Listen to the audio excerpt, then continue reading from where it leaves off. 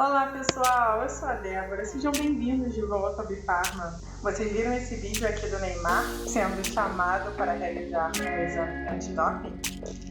With the random test, after exchanging his shirt with Kang In, Neymar was escorted off by the doping watchdogs. Aí você pode pensar, mas exame antidoping não é nas Olimpíadas? Na verdade, não. Doping é quando os atletas usam substâncias proibidas ou usam métodos proibidos para melhorar seu desempenho. Então isso vale para o futebol e isso vale para a Copa do Mundo, sim. Nesse vídeo nós falaremos de algumas classes de medicamentos que estão na lista de substâncias proibidas, emitida pela Agência Mundial Antidopagem, a WADA. Você ouviu certinho, isso mesmo.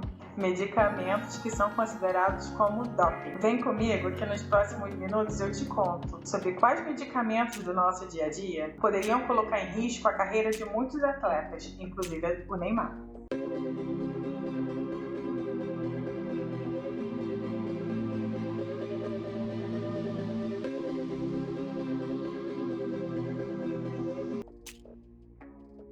Essas são as classes de medicamentos que podem complicar a vida dos atletas e até a sua, se você usar eles para tomar melhora na sua performance. Começando pelos diuréticos. Diuréticos são medicamentos que atuam no funcionamento dos rins, interferindo no processo de filtração e reabsorção de água e sais minerais, aumentando a quantidade de urina que é produzida pelo nosso organismo. Os diuréticos eles acabam sendo utilizados pelos atletas para reduzir o peso ou para eliminar algumas substâncias que ele tenha ingerido anteriormente. Alguns exemplos são a furosemida, a indapamida e a hidroclorotiazida.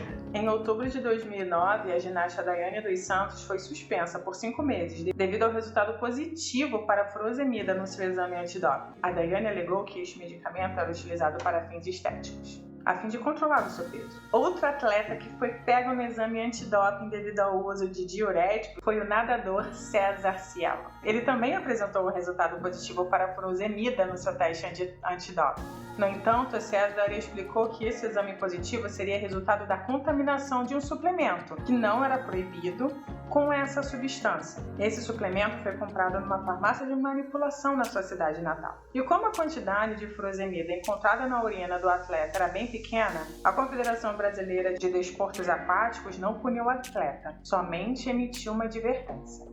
Os diuréticos eles estão incluídos na lista de substâncias proibidas pela WADA devido à sua capacidade de camuflar outras substâncias utilizadas pelos atletas, pois os diuréticos aumentam a excreção e a eliminação de outras substâncias e medicamentos presentes no corpo desse atleta. Uma outra classe de medicamentos que também é considerada como doping são os agonistas adrenérgicos. Um dos casos mais famosos foi o do jogador Maradona, ídolo do futebol argentino. O caso aconteceu na Copa de 1994, quando o time argentino já havia vencido a Grécia de goleada e a Nigéria também. O exame antidoping acusou a presença de efedrina na urina do jogador, além de outros compostos como a norefedrina, a pseudoefedrina, a norpseudoefedrina. O craque jurou pelas filhas que ele não havia utilizado nenhuma substância proibida. Chegou até a dizer que isso era uma conspiração da CIA. A repercussão foi tanta que culminou na publicação do livro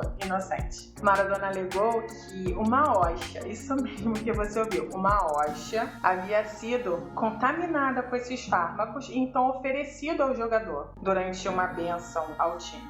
Aqui alguns exemplos de outras substâncias proibidas.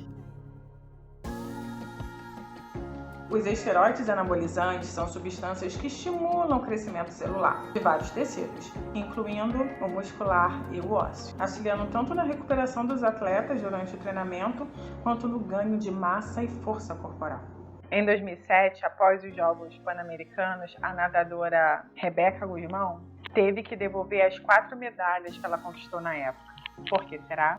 Altos níveis de testosterona, isso mesmo. E isso aconteceu também no ano anterior. Essa recorrência de uso de substâncias proibidas levou a nadadora Rebeca Guzmão a ser banida definitivamente da natação pela Federação Internacional de Natação em 2008.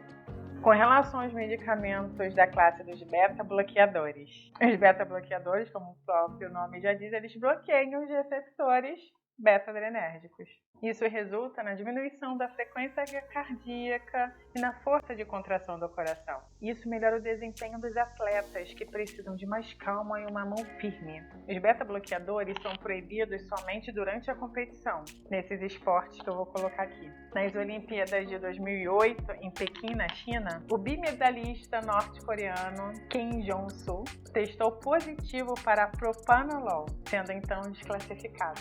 E a lista de medicamentos beta-bloqueadores proibidos não se limita ao propanolol, não. É uma lista bem longa. Com relação ao hormônio gonadotrofina coriônica humana, em homens, a gonadotrofina coriônica atua estimulando as células intersticiais, estimulando a secreção de hormônios androgênicos, como a testosterona, o que poderia levar a uma vantagem competitiva, como nós vimos anteriormente. Na edição do Gauchão de 2015, o ex-volante magrão, defendendo na época o Novo Hamburgo, testou positivo para HCG. Na época, o jogador explicou que ele estava lutando contra um câncer de testículo, descoberto em 2011, quando atuava nos Emirados Árabes. E é isso mesmo. A gonadotrofina coriônica humana também pode ser produzida pelas células neoplásicas de tumores testiculares. Nesse caso, inocente.